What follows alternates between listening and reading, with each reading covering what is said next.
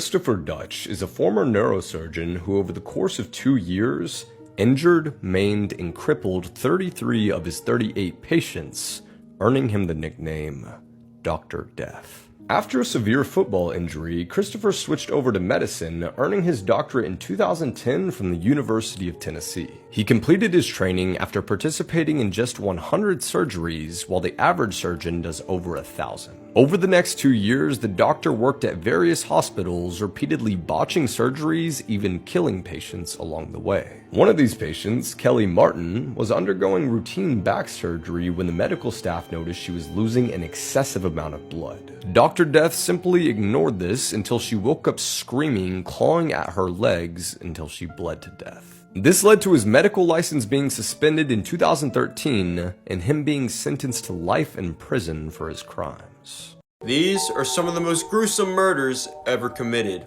Part 1. The case of Lisa Montgomery, otherwise known as the Womb Raider. Lisa Montgomery, who was a 43-year-old woman, was the first lady ever to be executed after being sentenced to 67 years in prison for committing a murder that literally shocked America. In 2004, Montgomery was sentenced to life after murdering a young woman named Bobby Jo Sinnett and then moving on to cutting open her stomach, removing her womb and her baby using a kitchen knife. See, Montgomery had claimed for a long time that she couldn't have kids, so she befriended Sinnett thinking that she could take her baby. So what she did was showed up at her house, strangled her with a rope, and proceeded to cut her open. The dead body was actually discovered by Sinnett's mother, who walked into a bloody pile and claimed her daughter looked like she had just exploded. But even after all that, the baby did survive and was returned to her father, where she is now about to turn 16 years old. That's insane. The Slender Man stabbing. Please don't cut off my head. It sort of just happened. I've been trying to block out the screams all day. The girl in this video is 12-year-old Morgan Geyser,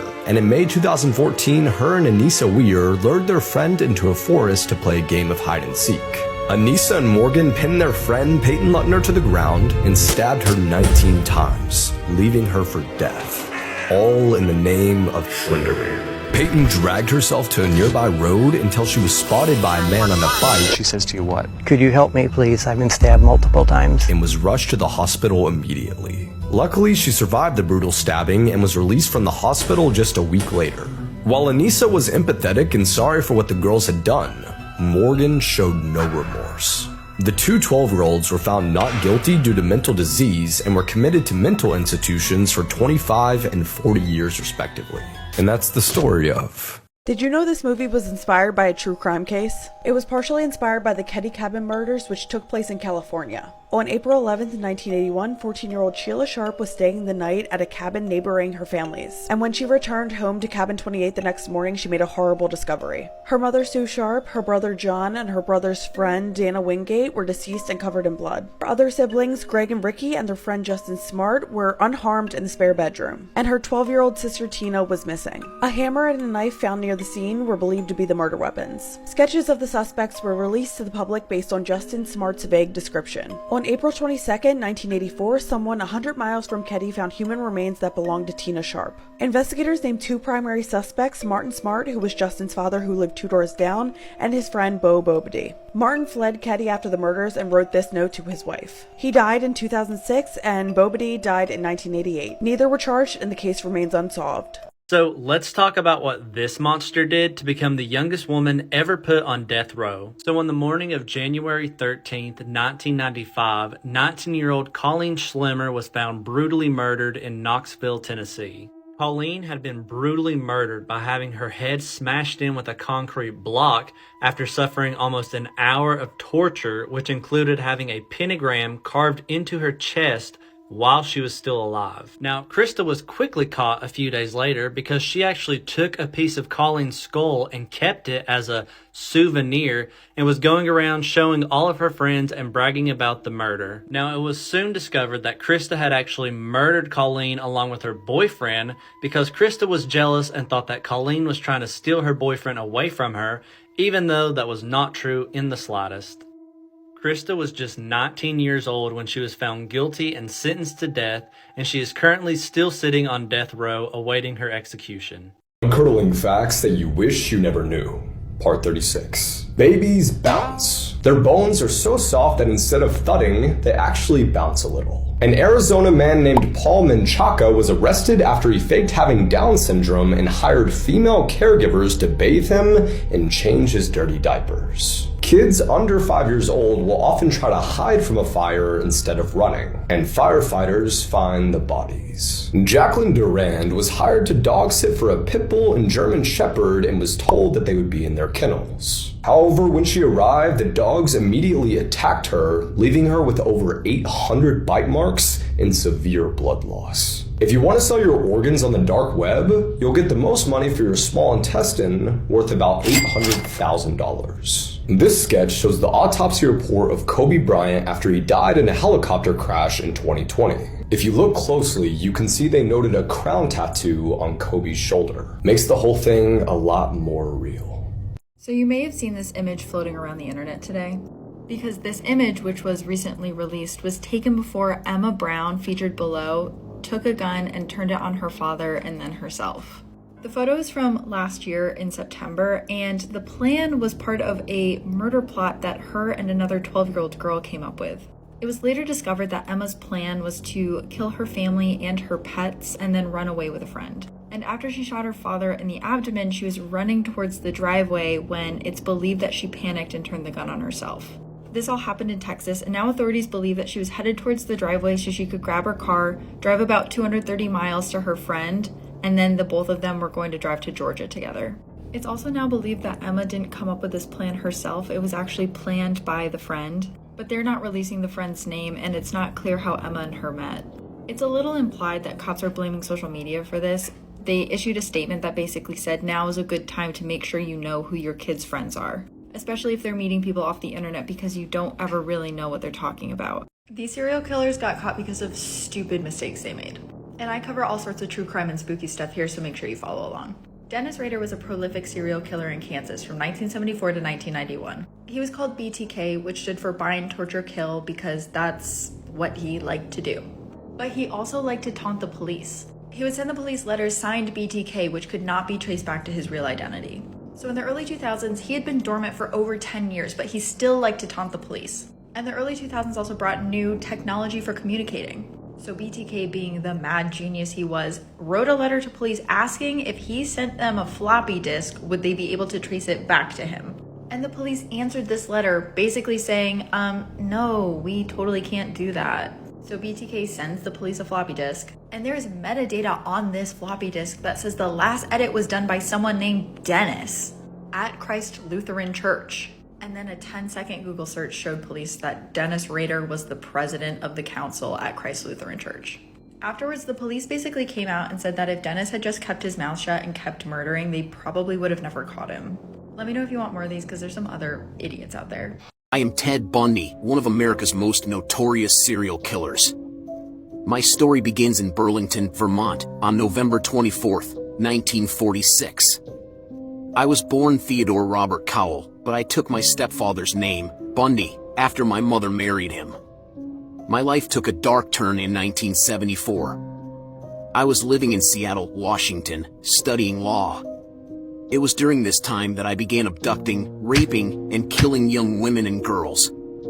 My modus operandi was simple. I feigned injury or disability, or impersonated authority figures, to gain my victims' trust. Once I had them isolated, I would strike them on the head with a metal rod to subdue them. I managed to evade justice for years, even after being arrested and tried for kidnapping. I managed to escape from prison twice, allowing me to continue my killing spree. Finally, in 1978, I was arrested one last time in Florida. I was tried and sentenced to death for the murders of 2 Chi Omega sorority students at Florida State University, as well as for the murder of a 12-year-old girl. I was executed in the electric chair on January 24th, 1989. I am Ted Bundy, and this is my chilling story. Stay tuned for more stories. I am Kendrick Johnson, a 17-year-old high school student from Valdosta, Georgia. On January 10th, 2013, I was found dead in my high school's gymnasium. My body was rolled up in a wrestling mat, and investigators ruled my death as accidental. stating that I had suffocated while reaching for a shoe that had fallen into the mat. However, my family and many others did not believe this explanation. They believed that foul play was involved in my death, and they fought for justice.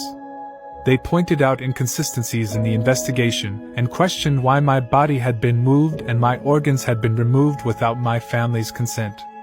In October 2013, my family had my body exhumed for an independent autopsy, which found evidence of blunt force trauma to my head. This led them to believe that I had been murdered and that the investigation had been mishandled. Despite their efforts, no one has been held accountable for my death.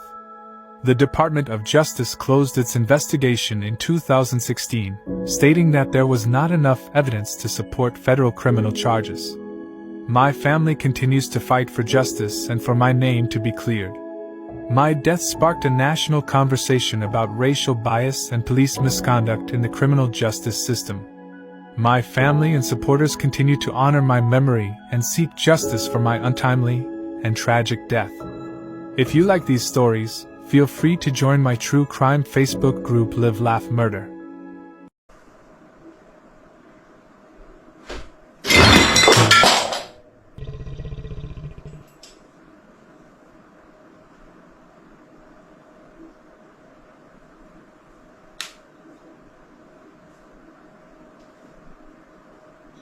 The boy in this photo, Martin Bryant, would grow up and kill 35 people in 24 hours. Martin was born in Australia in 1967, and growing up, his mother described him as a bit different. He would bully his classmates at school and really liked to torture and kill animals. This behavior caused him to be evaluated by a psychologist who determined that he had an IQ of 66, meaning he legally has a mental disability. At age 14, Martin's father Maurice purchased him an air rifle, and the kid would use it to shoot at birds and passing cars, earning him the nickname Silly Martin. In 1993, his dad tries to buy a bed and breakfast near a place called Port Arthur, but before Maurice could get the money, another couple purchases it, causing him to go into a deep depression. He was found a few months later at the bottom of a lake with a diving weight wrapped around his neck. This event set Martin off the deep end, causing him to craft a plan for revenge. On April 28, 1996, Martin drives to Port Arthur with guns and ammo and proceeds to kill the old couple who had purchased the B&B. He then proceeds to take the lives of 33 others in the area before being taken into custody a few hours later. This incident causes the Australian government to reform their gun laws, making it near impossible for people to purchase a rifle or a shotgun similar to the ones Martin had used in the shooting. He pleads guilty to 35 counts of murder, and Martin Bryan is sentenced to 1,035 years in prison.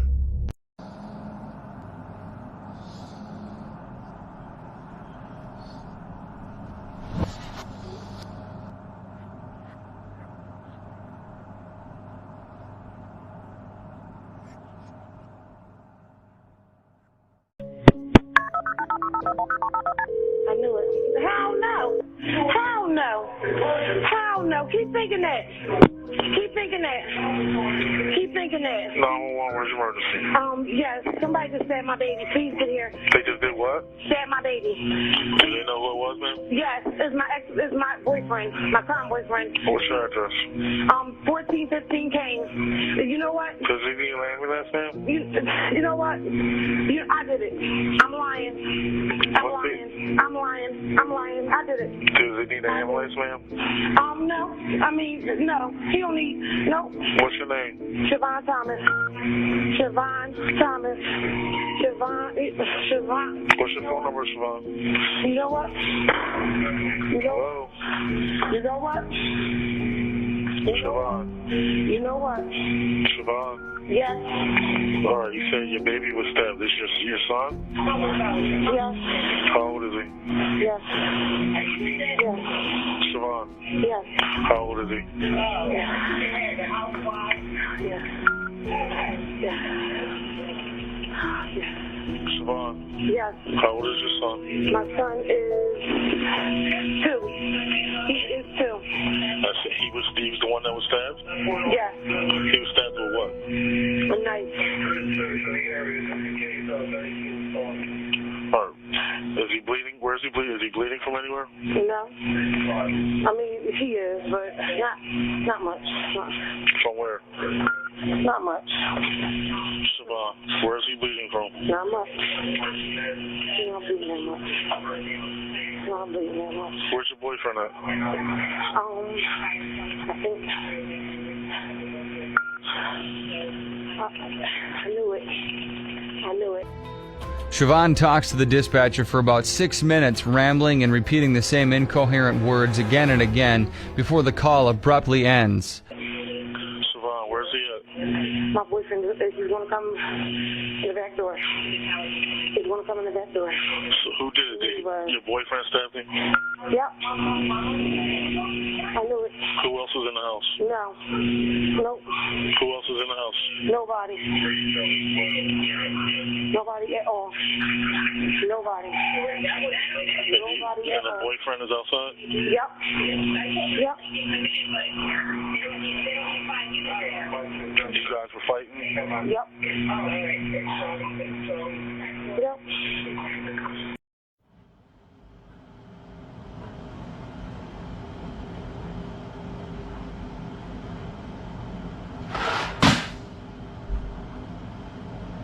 I planned to feed my husband's children their father's body.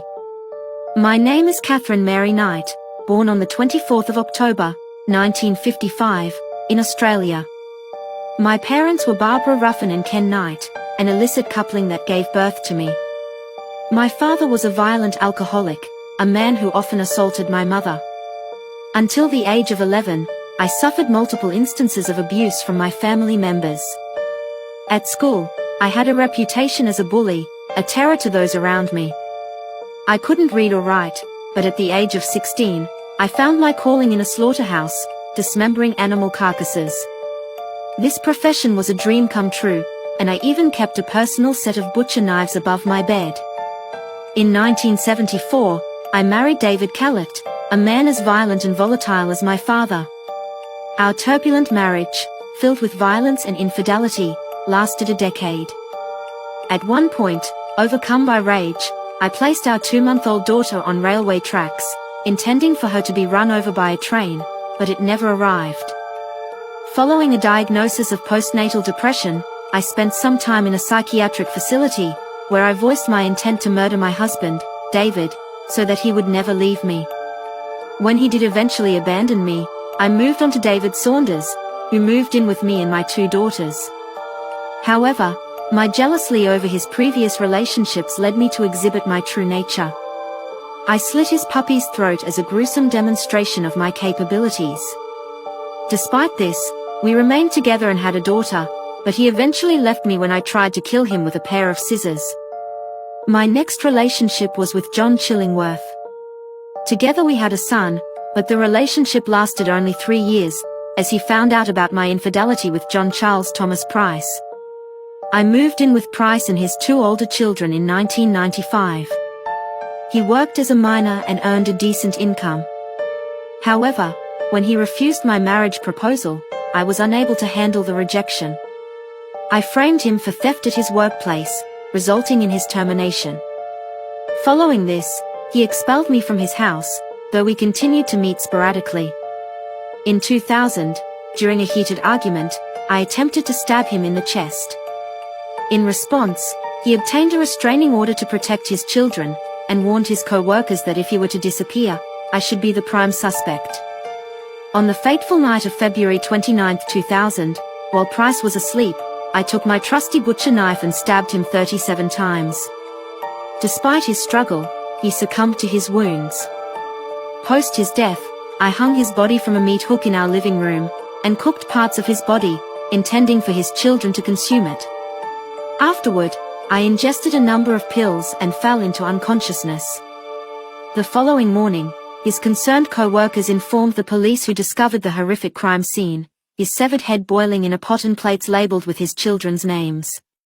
This macabre act led to me being the first woman in Australia's history to receive a life sentence without parole. You should consider yourselves fortunate that our paths have never crossed.